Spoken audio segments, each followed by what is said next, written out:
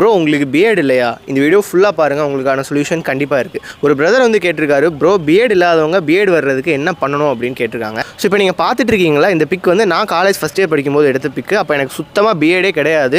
கட்டதூரம் மாதிரி மீசை மட்டும் கொஞ்சமாக இருக்கும், அசிங்கமாக இருந்ததுனால நானே ட்ரிம் பண்ணி எடுத்துட்டேன். ஸோ நான் ஃபஸ்ட் இயர் படிக்கும்போது என் ஃப்ரெண்ட் லிஸ்ட்டில் மோஸ்ட்லி யாருக்குமே பிஎட் இல்லாமல் இருந்தது. ஆனால் செகண்ட் அண்ட் தேர்ட் இயர் படிக்கும்போது பார்த்தீங்கன்னா என் ஃப்ரெண்ட் லிஸ்ட்லேயே நிறைய பேருக்கு வந்து பிஎட் க்ரோத் நல்லா இருந்தது. பட் அந்த டைம்லையும் எனக்கு வந்து கம்ப்ளீட் பிஎட் வந்து செகண்ட் அண்ட் தேர்ட் இயரில் க்ரோத் ஆகலை. லேட்டர் காலேஜ்லாம் முடிச்சு ஒரு 2-3 இயர்ஸ் ஆனதுக்கப்புறம் இப்போ தான் கொஞ்சமாக பிஎட் இருக்கிற மாதிரி ஒரு லுக்கே இருக்குது. ஸோ இதுலேருந்து நீங்கள் என்ன தெரிஞ்சுக்கலாம் அப்படின்னா, பிஎட் க்ரோத் வந்து கம்ப்ளீட்லி ஜெனட்டிக்ஸ் பேஸ் பண்ணுது. சில பேருக்கு ஃபஸ்ட் இயர்லேயே க்ரோ ஆயிரும், சில பேருக்கு செகண்ட் அண்ட் தேர்ட் இயரில் க்ரோ ஆகலாம், சில பேருக்கு காலேஜ் முடிச்சும் க்ரோ ஆகாமல் இருக்கலாம். இதுக்கு ஏதாச்சும் சொல்யூஷன் இருக்கான்னு கேட்டிங்கன்னா, நீங்கள் ஃபேஸ் பிஆர்பி பண்ணி பிஎட் க்ரோத் பண்ண முடியும், மினாக்சில் யூஸ் பண்ணி க்ரோத் பண்ண முடியும். பட் இதெல்லாம் வந்து பெர்மனன்ட் சொல்யூஷன் கிடையாது. நீங்கள் வந்து ரெகுலராக அதை பண்ணிகிட்டே இருக்கிற மாதிரி இருக்கும். அண்ட் மினாக்சில்லாம் யூஸ் பண்ணும்போது கண்டிப்பாக உங்களுக்கு சைடு எஃபெக்ட்ஸ் வரும். ஸோ பெட்டர் என்னன்னா, உங்களுக்கு நேச்சராக எந்த மாதிரி இருக்கோ அதை பெட்டராக க்ரூம் பண்ணுறதுக்கு நீங்கள் கற்றுக்கிட்டிங்கன்னா ரொம்பவே நல்லாயிருக்கும். அதை எப்படி